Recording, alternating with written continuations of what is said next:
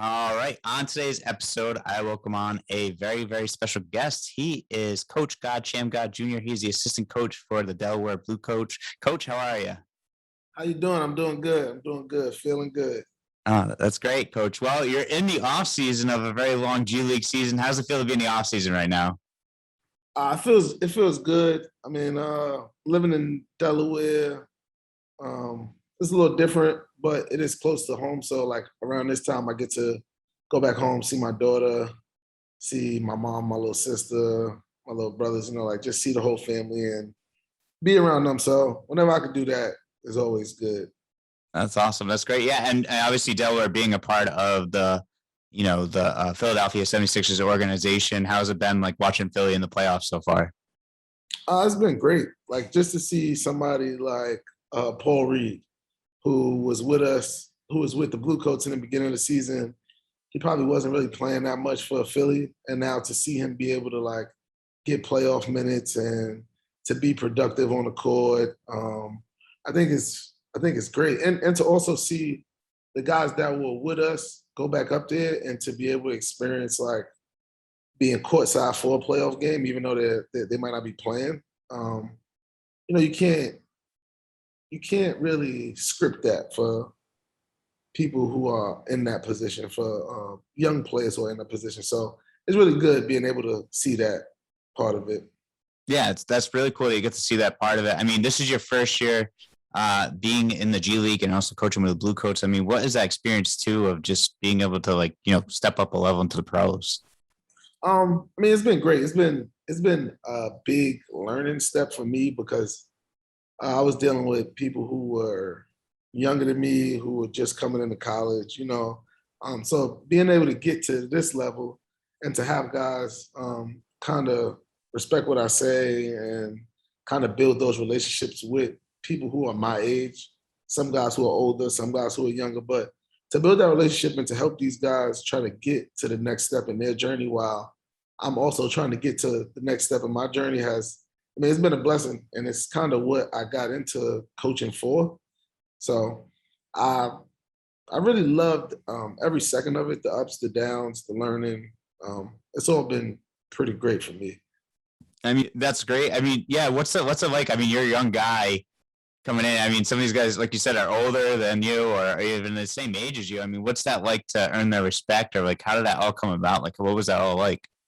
I mean, it was pretty easy. The guys that we had were good guys, and I think that my approach to trying to my approach is always to earn the respect of the people that I'm working with, the people who I see myself as like I'm working for these players. I'm trying to help them get to the next step. I'm trying to help them get an NBA contract or just get to the next step in their G League career or you know what I mean? So just trying to listen to them, trying to build that respect with them, trying to show them like, I understand what they're going through. I understand that nobody really wants to be in the G League. Everybody's trying to find a way to get out, to get to the next step in their careers. And just being transparent with them that I'm the same way, that I'm a work in progress. I don't know everything, but also telling them that if they have a question and they ask me, if I don't know the answer, then I'll go find the answer. Yeah. And just trying to do things like that, I think really helped me earn those guys' respect. And then when I ask them to do things or when I ask them to play a certain way or try this in the game or do this, they have that much more confidence in me because we kind of built that relationship and built that respect within each other. No, that's great. I mean, that's awesome. I mean, also too, being so young. I mean, what's it like to be just? Did you ever expect to be at the pro level at this age, at such a young age? I mean, I always kind of had it in the dreams for in the works for myself. I worked for Joe Mazzulla, who's actually a coach with the Celtics now, and he kind of had a similar pathway to what I'm going through now. So just being able to see him do it at a young age and to see him progress and to get to where he's gotten to now, I think that really put everything in perspective for me and told me that if I know what I'm doing and I work hard and I try to always find solutions and I always try to have a good spirit, then like anything is possible. So it didn't come to a shock to me that I would be in this position at my age. It's just more of me knowing how to deal with it when I got there, and Yeah. knowing how to go about things when I'm in this position. Yeah, yeah, it's true, and I think that's awesome that you're able to have that realization, and the maturity obviously is there. You could just tell by the way you speak and the maturity and everything like that. You could definitely tell that you know how to handle it and how to handle the situation, you know, and be with the guys that are around you too. But this year too, with the Blue Coats, you guys won the showcase in the beginning of the year, and then you guys made it to the finals. I mean, first year, what's it all like to go through all that roller coaster and everything? I mean, it's a lot of emotions. It's a lot of leaning on the people that you work with. Just because the season is long, and the way that the G League does it, they kind of break it into two different seasons. Yeah. So to have such success early, and to be the showcase champions, and to go through that kind of whirlwind, and then to kind of reset and start with your record at 0-0, and kind of be piecing things together when COVID hit, and doing all that stuff. I think that it just was a testament to like the coaching staff, to Kobe Coby Karl, who was the head coach. Just a testament to him, like holding the guys together, and um, telling them, like it's bigger than just one win. Like that was that time, and now we're moving on to another time.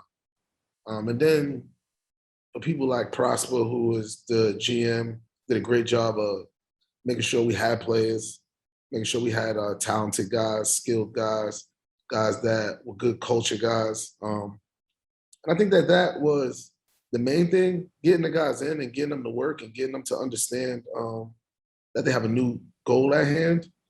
That was a challenge as well, but a testament to our guys. They all kind of stuck with it. They all kind of stayed down, worked hard, kept their head down, and we always had a goal in mind. First goal was win the G League Showcase. Then the next goal was make it to the playoffs. Then it was win a championship. So I think that because we stayed goal oriented, and because we kind of stayed present in each moment, it helped us a lot to continue to win games and continue to be as good as we were this year. Well, that's great. That's great. And you had some great players as well come through. I mean, you also had a couple guys on two-way contracts, and you mentioned a guy, Paul Reed, who's also playing with the Sixers now. I mean, what's it like to see, a couple guys like Charlie Brown and Miles Powell, get those two-way contracts and work with those guys too? I mean, those guys are great. Like, first day Charlie came into the gym, it was his spirit and kind of the way he carries himself, being present all the time, just understanding where he's at, where he's trying to get to, and living in the moment. He was great to coach. Miles is terrific. I mean, everybody sees what Miles can do, and to me, he should be an NBA player.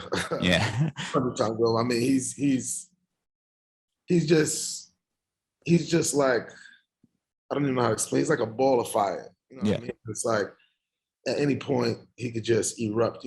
Coaching dudes like that, and having people who have that type of stature be able to like listen to me and be able to kind of take what I'm saying and try to add it into their game and try to find ways to put it into the game. Like that was just amazing to me, and really, really much humbling for me, because these guys don't have to. Yeah. But it was great working with.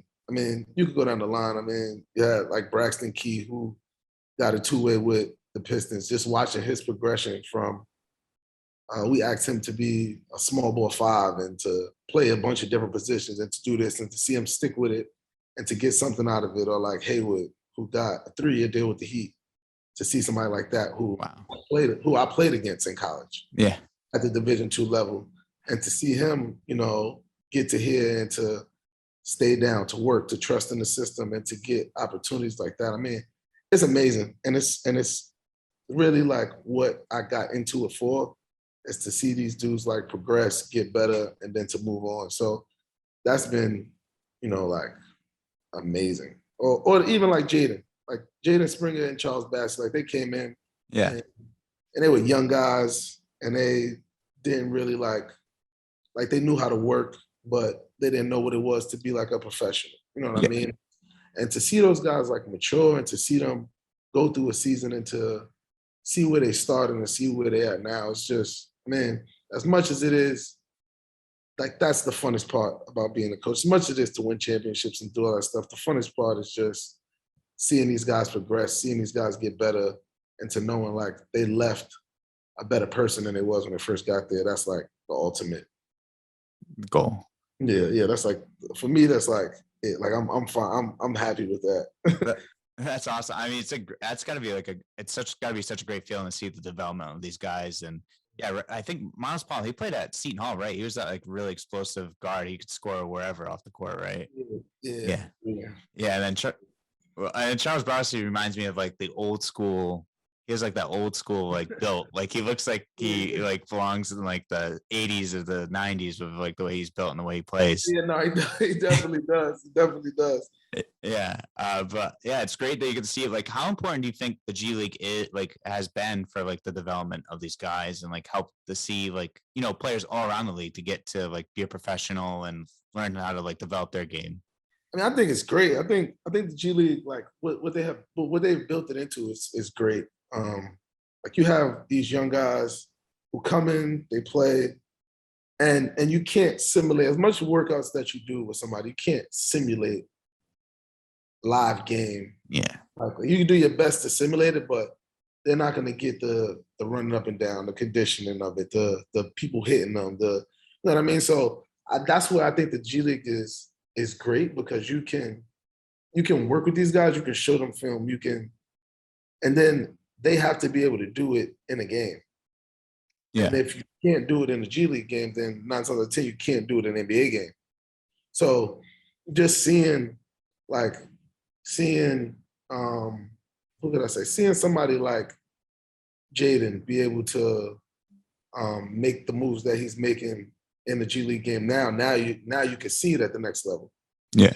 I think that the development is kind of like it's second to none, especially when you're doing things like you're playing in playoff games. Like you can't simulate playing in a playoff game where every single possession matters. Yeah. With every single, if you take a bad shot, it's like now that shot is 10 times magnified.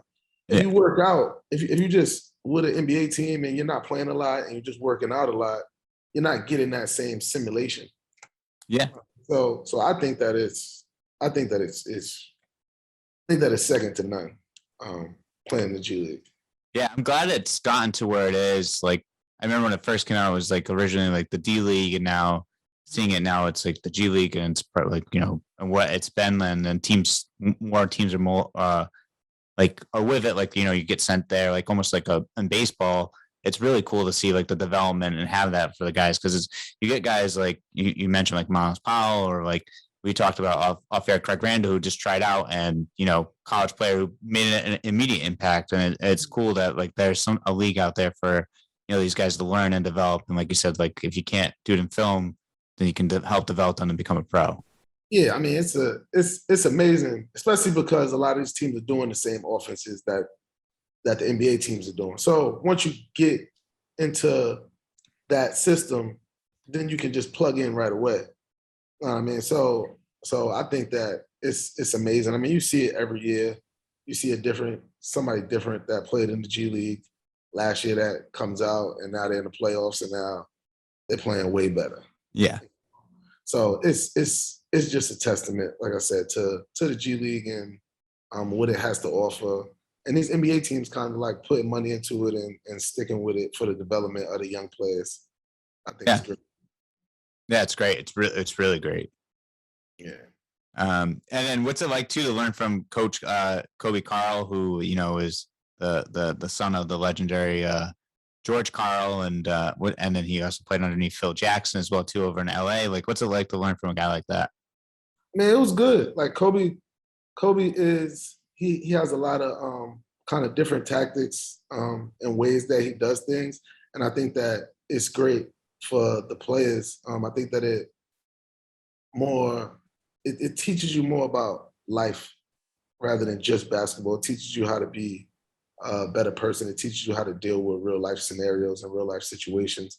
And I think that that's so big. Like a lot of young dudes can't see it in the moment, but it's so big to your development as you keep on going through life, and maturing and figuring out like how you're gonna go about things, how you're gonna attack different situations. So for me, it was like a great learning experience to be there, to see how he worked, to see him in tough situations.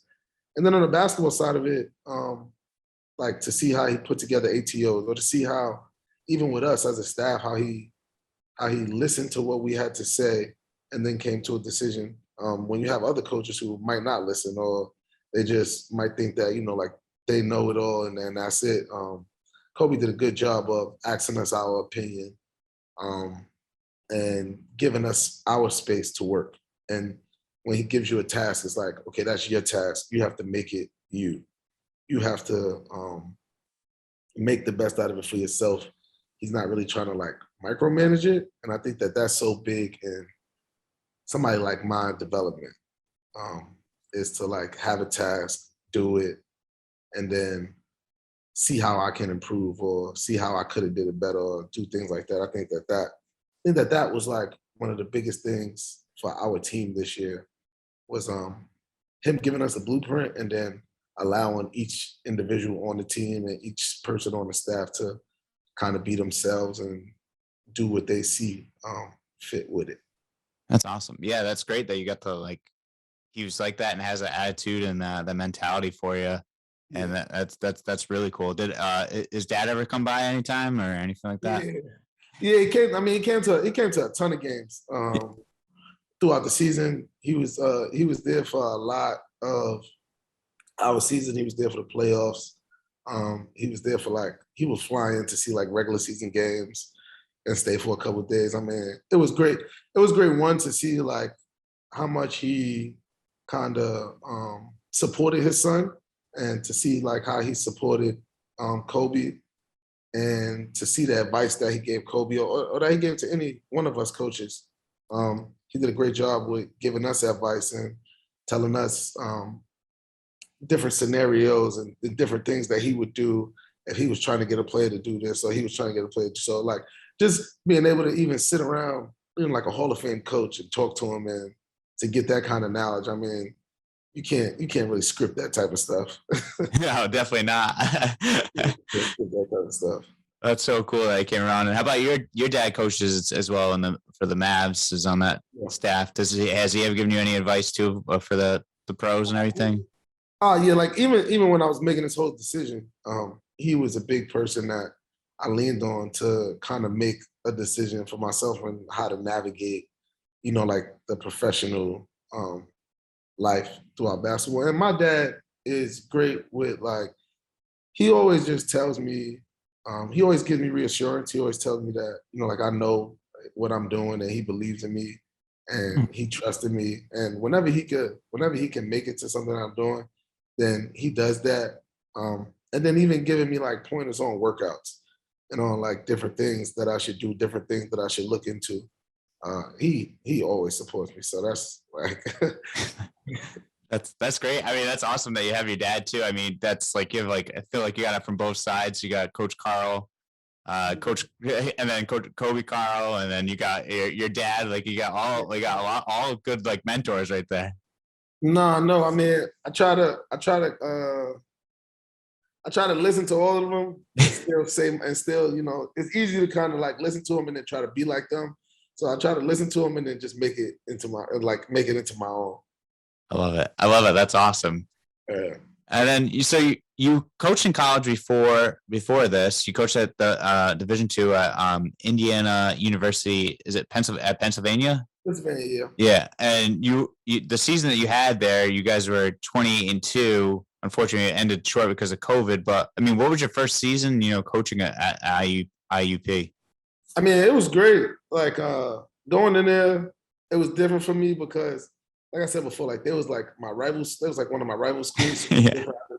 I didn't really know how I would be brought in, because some of the people that were on the team I played against. Yeah. So it was like a little, but like I said, they all respected me because I played, because they went to battle against me. You know what I mean? So they all respected me. They all kind of listened to what I had to say, and I think that I was different than the rest of the coaches that were there. So it was easy for me to kind of navigate through that and kind of be around those guys and be a crutch for those guys. Like I said, to even see that I worked with them in the preseason, and I did like the strength and conditioning, I did like the on-court workouts and all that stuff, and then to see them kind of take what I told them in October and September and to carry it throughout the season and to carry it all the way to a Final Four.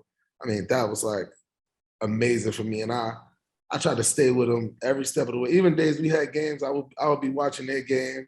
And then after the game, then I would like FaceTime them while they were celebrating in the locker room and stuff. So I tried to stay with their journey as much as I could too. That's so cool. That's awesome. At least you were like able to keep in touch with them and watch them grow, and the players that you were able to coach. And that's cool that you immediately like gained respect from the players that you guys, even the guys you played against and everything like that. Coaching with them had their respect, and I'm sure seeing seeing you play against them and everything like that. Yeah, yeah, they were great. I mean, those guys at IUP, Coach Lombardi, the other assistant coach, Ronnie Fidella, I mean, they were great. They were like, they helped me so much in my process of like just trying to become a more mature coach. Because before I got there, I was at my old school with Joe Mazzulla, like I said before, but I was still learning I had just finished playing, so I was learning how to become a coach. And I think that Coach Ron Fidella and Coach Lombardi helped me a lot on doing that. Yeah, that's great. That's great for yourself. And like you had mentioned, you were at your old school coaching with Coach Joe Missoula, who's another Rhode Island guy around here. Yeah, my guy right there. Yeah. What was it like though? Coach Missoula and everything. I mean, Joe was the one that probably like made me want to become a coach. Because when I was in college, he was young, he was my assistant coach, and he helped me so much through college, like just navigating just the ins and out of college everyday life and being a basketball player and what I had to deal with. And when I was being a knucklehead, he would punish me. He would, you know what I mean? So like that was like a real big mentor for me. And he was there with me every day. You know what I mean? So working for him, he was the one who probably got me ready for the G League. Wow. Because he went, my senior year, he left and he was an assistant coach for the Celtics G League team. And then my senior year, we went to national championship. He came back to be the head coach at the school. And he offered me like an assistant coach job there. And when I took the position, everything that he did was like the G League. All of the workouts, all of the how he broke down each player for each position, how he had offensive coaches, the offense that we ran, everything was based on kind of how he did it in the G League. Wow. And I was able to kind of just take that. And when I got this opportunity, just run with it. And that helped me so much though in this process. And even getting this job, I mean, was kind of his work too, really. Because he was the head coach for the Celtics Summer League team. Yeah. And he brought me on as a volunteer assistant. Wow. And that's how I met Kobe. Huh. That's crazy. Yeah, that's how I met Kobe. Yeah. That's awesome. I mean, so like you owe a lot to Coach Joe Mazzulla and everything, helping you out with everything. What was it like to be a part of that staff too, the summer league? It was good. Like that was my first time. That was probably when I was probably like the most I wouldn't say scared, but like the most like nervous. Because I was dealing with like, of course I was a volunteer assistant, so there was a bunch of other coaches there, and it was the first time I was really like navigating with professional athletes. And like I said, like they did a great job of kind of bringing me in and kind of helping me along the way, and just being there for me. You know what I mean? Like if I had any questions, they would help me. They would answer my questions. They would give me advice and stuff like that. So that was like a great experience. I was so happy that I was able to do that, and it opened up doors for me to do, like little things. Like I was able to like work out Jaylen Brown on my own. Wow. And I was able to like work with Carson Edwards and Romeo Langford and these different guys that are in the NBA. That, like I said, they didn't have to listen to me, but like they did, and they allowed me to, do what I do, and that helped me. That helped me one with like confidence and like reassurance 100 times. That's so cool. That's awesome. Like that it just sounds like all this experience that you're getting at, like being able to make these connections and all the experience and everything like that. And your coaching resume is like already big. I'm trying to get it up there. I love it. I love it. I mean, like, and I love that you're so passionate about coaching. And when you learn from all these different guys and like, Coach Karl, Coach Mazzulla, even other like past coaches that had you in like high school and as well as like Coach Karl and everything, when you learn anything, how do you like take all those lessons that you learn and kind of make it into your own coaching philosophy? Or you're still kind of developing that information? So one, I try to like, if I can, I try to write everything down. I try to like save stuff that I get. So like I think I still have like the Joe's like offensive plan from 2019 or something like that. Yeah. And I try to keep all of it so that when I get my turn to become a head coach, or when I get my turn to do something, then I have all this information and I can kind of break it down how I want to and use what I want to and not use what I want to. And also, I always try things. I don't really care how much somebody may think somebody else knows or how much they may not know. If I hear an idea and I think that I can use it and I can put it in my everyday life, then I'll try it. And if it works for me and if I can make it my own, then I do it. If I can't, then I know like, okay, this is not something for me. But I'm never opposed to trying things. I'm never opposed to hearing people out. And I try to just stay as humble as I can because I understand like what it is to be at the bottom. And that's why I wanted to take my journey this way. And so that when I do get to where I know I'm going, then I know how to deal with it. And I know how to, treat people with respect and treat everybody the same. So I mean, that's just how I kind of try to navigate through it and kind of stay me while, having all this information, having all these good resources. Yeah, that's great. That's a good way to approach it. And I love it. I mean, you have, it's crazy. Like you're 27, right? 27? Yeah. Yeah. So you're 27 years old. You have all these experiences and to like, taking these notes and this knowledge in, and oh my God, like you're gonna be like a head coach by the time you're like 32, 33 years old in the NBA. Hopefully, I mean, that's the goal. I mean, that's the plan. Like I said, I don't really want to skip any steps. Yeah. I like kind of taking each step on because you get to do like the janitor work. You get to do all the work that like, and I think that by me doing that, by the time I do become a head coach, then if I keep that mindset, it'll be easy for me to ask guys to, like do things for me, to run through a wall for me, because I'm really not opposed to doing anything.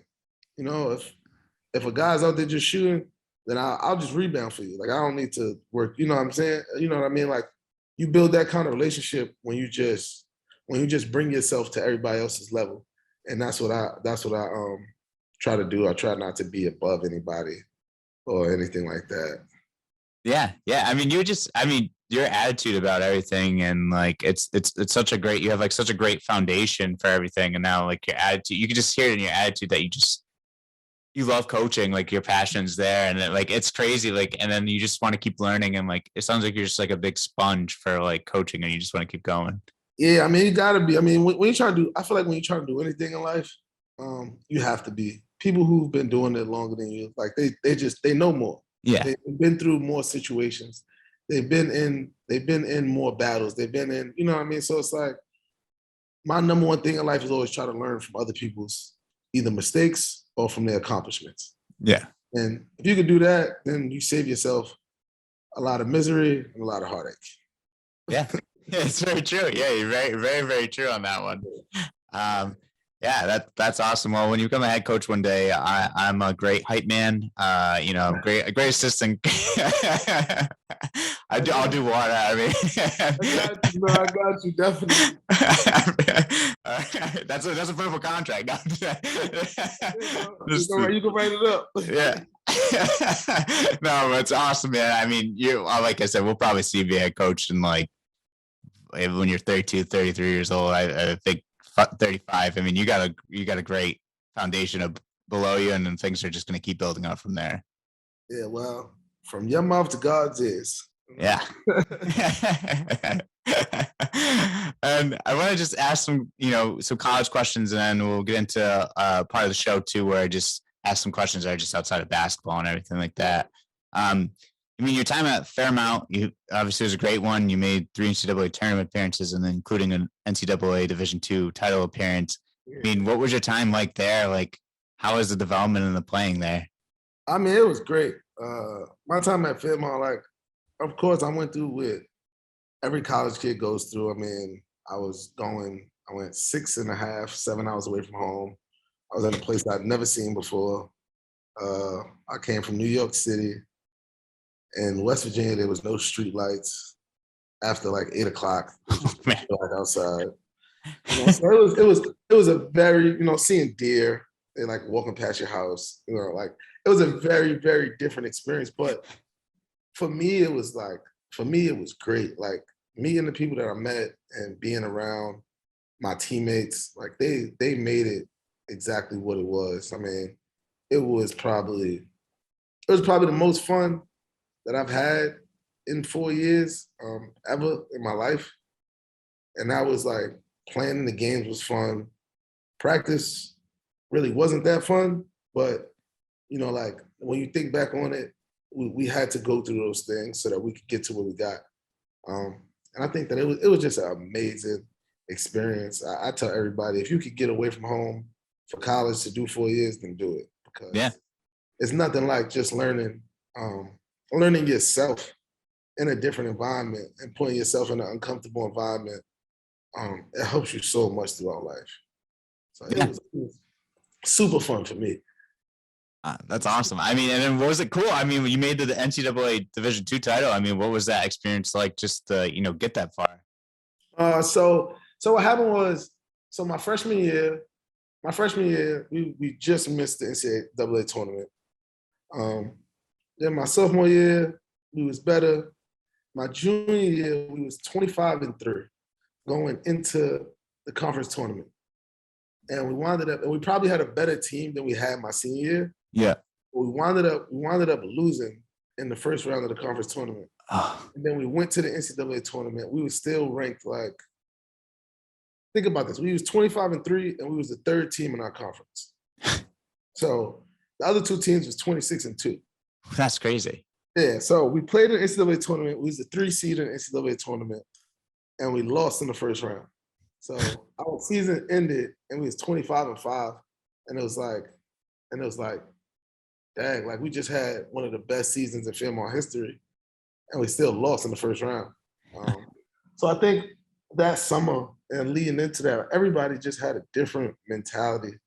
And the seniors, we just kind of came together and we said, we don't want anybody to end our career. Yeah.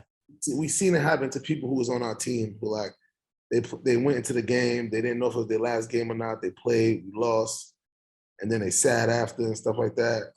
So our number one goal was nobody gets to end our career. Yeah. We're gonna play as many games as we can play. So going into it with that type of mentality, I think it just helped us. And then we took ownership for ourselves for wins and losses. We didn't, before I felt like we put it on coach if we lost the game, or if we would always moan and cry about the coaches. And my senior year, we just said we're not losing.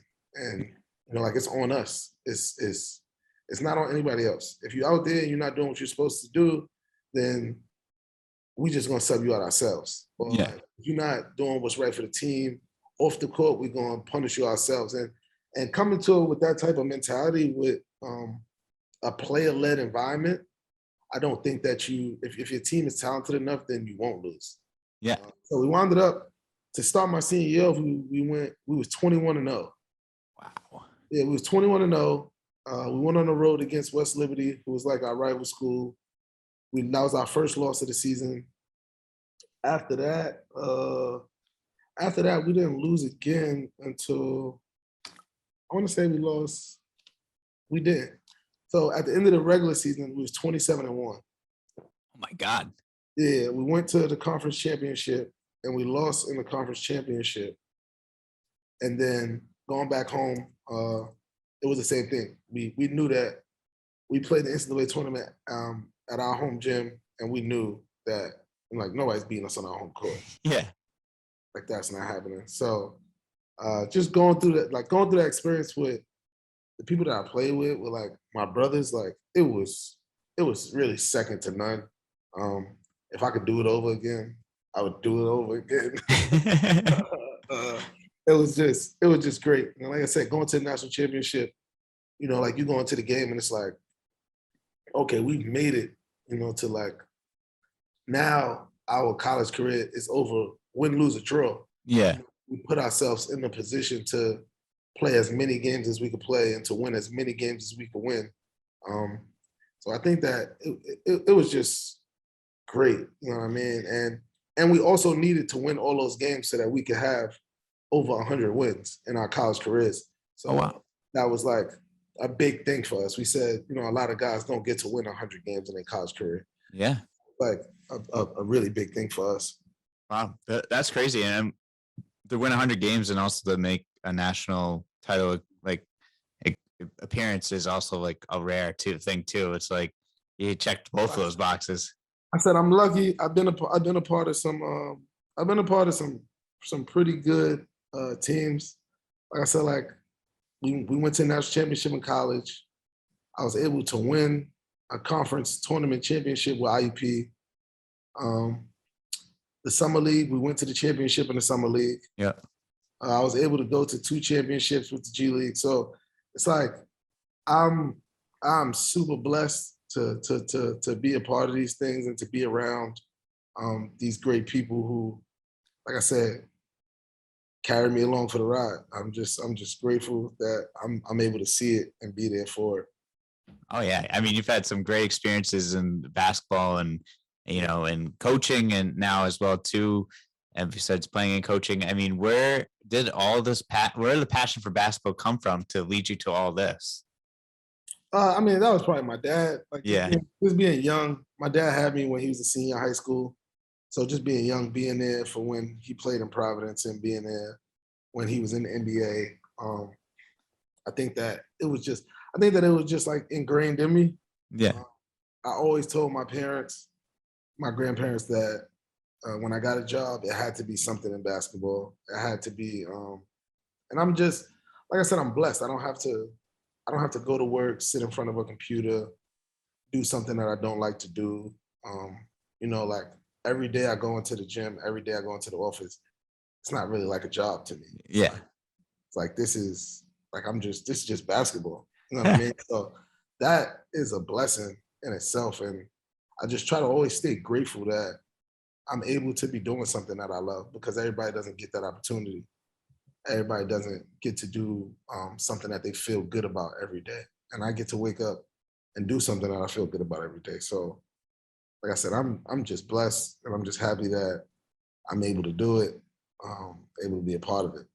Yeah. I mean, it's awesome. It's a blessing that like you said, I guess what's the saying? Like if you're doing your passion, it's not really work, right? Yeah, it's not really work. Yeah. It's not really work. Yeah. You just like, you're always happy. You're enjoying like your life, you're coaching basketball and basketball's a part of your life. Yeah. That's what, like when we lost the G League championship, a bunch of people like texting me like, we're so sorry for you, blah, blah. We know that y'all was shorthanded and stuff. And I'm like, you don't have to be sorry for me. Like I'm happy. I'm ecstatic. Like I was able to play I was able to be a part of the most games I could be a part of in the G League. You know, so I'm great. Like this, I'm able to go on my phone and look at pictures of the season and you know, like just be happy or turn on the TV and see some of these dudes still playing, and you know, like that makes me more than happy. So I'm fine. I love it. I love it, man. I just love your passion for basketball and coaching, and like obviously, you know, basketball is definitely like one of your loves in life. Period. Like, Yeah. yeah, I mean, it's basketball. You know what I yeah, mean? How can you not love it? You know, like there's so much excitement. There's so much even in like the heartache of it, even in like the worst parts of it, it just, if you're any kind of competitor, if you're any kind of like basketball purist, like you just love it. You love oh it. yeah, You love every single part of it. And I think that I'm the same. I just love every single part of it. yeah, No matter what it is, you know, because each part of it is a learning experience. It teaches you something about yourself, and it teaches you something about life. You get hurt, teaches you how to deal with things. You know, it teaches you how to come back from something. yeah, If you win, you got to learn to be humble in winning. You got to learn have to learn how to win. yeah. And when you lose, you got to learn how to lose. You know, so it's just great learning experiences for life. I think all through sports and all through basketball. Yeah. That's the main reason why I like it. Oh yeah. No, I definitely know how you feel. I mean, I played and I coached and like at the high school level, and just like being able to coach, and I think like I like same thing with like the passion to see like the high school kids get like the love out of it, and like or even like coaching like the younger kids, like to see what they something that you love and able to pass it along down to them and see their like smiles on their faces when they're playing, like makes you just feel so good to be around it. People laugh at me because like when I was in West Virginia, I would go to like seventh grade. I was like seventh grade middle school basketball games. Yeah. So I could watch like the kids play, or I would like if there was like a high school girls game, I would just go to the game just so like, but just because like I just enjoy seeing people be competitive. Like I enjoy seeing people like play hard against somebody or take on the challenge. Somebody scored too many points. Now you take on the challenge to try to guard this person. Or, you know, like you can't make that kind of stuff up. No, definitely not. Definitely not. And it's like to see it, like see people play and like their passion for it. And like you said, like see someone like go against each other and the matchups, and like you can't beat it. Like it's a competitive nature of it too. Like you just like love it. It's definitely second to none. Yeah. Definitely. So now if you're coaching and then if you go like watch a game or anything like that, just like casually a high school game, do you try not to like speak up, like watching a game, like out of a coaching aspect or a player's aspect? No, I don't. When I go to games, I go strictly as a fan. I don't try to coach anyone. I don't try to, unless it's somebody that like I know. Like Yeah. I have a couple people that I worked out before that are in college that like I watch their games, and then I'll send them like text after, or I'll go and clip some film for them and send them the film and stuff like that, just so that they could, you know, get better. But other than that, yeah, as a fan, I just watch as a fan. Yeah, no, I do too. Same here. Sometimes, but I like my nephew plays, and I'll like I'll be like, cut. You gotta cut. No, cut. I'll be like, oh shoot, I gotta like get my mouth shut. Like I gotta put myself. Definitely, I know what you mean. Yeah, like put myself way up in the corner so I don't like no one talks to, like I can't talk to anyone or yell. So Yeah, that's what I try to do. I try to sit furthest away. yeah, exactly. Yeah, that's right. You just gotta put yourself in the farthest part. Yeah. But all right, so that's all the basketball questions I have for you, Coach. But now I just want to ask some more of like 5 questions that are just for fun and to like, you know, to get to know you outside of basketball. So the first question is, what's your favorite food? My favorite food is chicken tenders and French fries. Can't go wrong with, honestly, you can't go. I had that for dinner like the other night, so you can't go wrong with that. For everybody, when you go to a restaurant, you don't know what to get, just get the chicken tenders. It'll tell you a lot about a restaurant. Yeah, seriously. Chicken tenders. But no, I'm a pretty simple guy. I like seafood. I like seafood. I like fruits. But everybody will tell you, like, if somebody was going to the store to get me something, they're probably going to get me chicken tenders and fries. Yeah, hey, it's a good choice. Do you get like a sauce on the side of that or anything? Always barbecue sauce, all the time. All right. All the time. All the time. Good choice. Good choice. And then who does the Shammgod better, you or your Me, definitely. dad? Me, definitely, all the time. All the time. I love it. He just made it up. Yeah. He just made it up.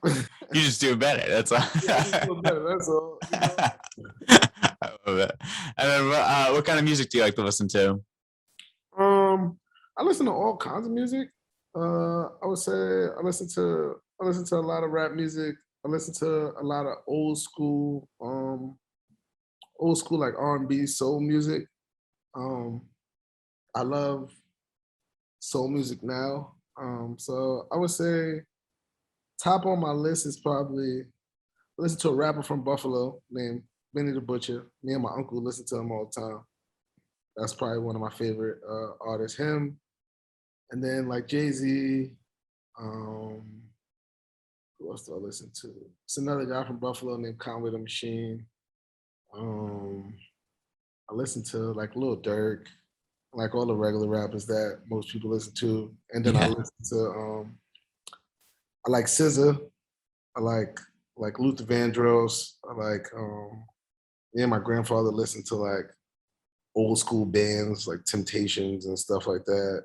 So I like to kind of be well versed. It just depends on my mood, really. Yeah. Whatever mood I'm in kind of determines what I'll be playing that day. Yeah. I like it. That's a good way to approach it. Yeah. And then, I look at music like basketball.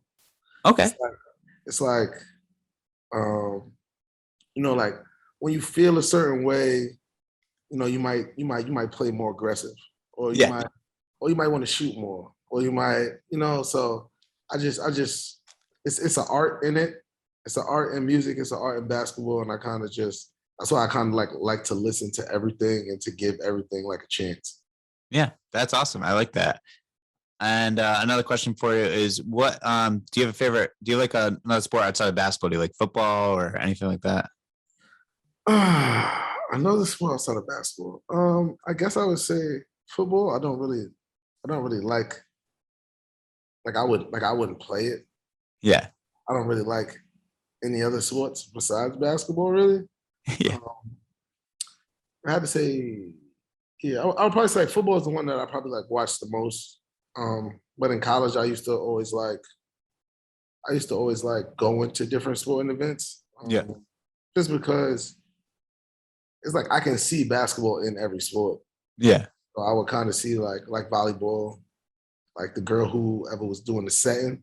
I would be like, she's more like me. She gets assists. The point guard. Yeah. She's like the point guard. She gets assists. She tells everybody where to be. Yeah. And stuff like that. You know what I mean? So, but I would say majority of the time it's always basketball. Yeah.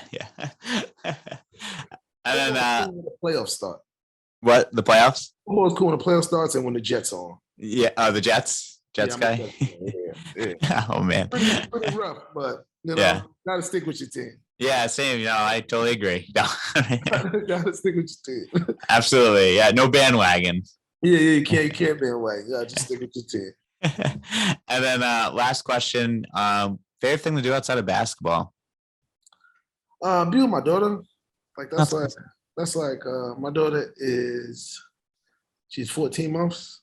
Oh. In a couple days. Yeah. So I would say like whenever I could get time, I just enjoy being with my family, period. Like I got a little sister who's 3.